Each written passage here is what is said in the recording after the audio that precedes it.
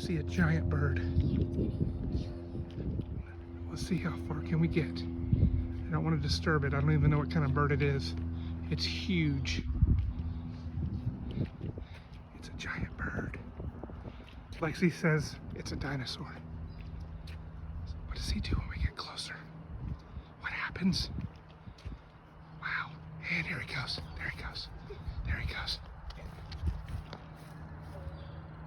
Okay, well, it was a big bird, right? Yeah. Daddy, it could have eaten us. It could have eaten us. Lexi, tell us how it could have eaten us.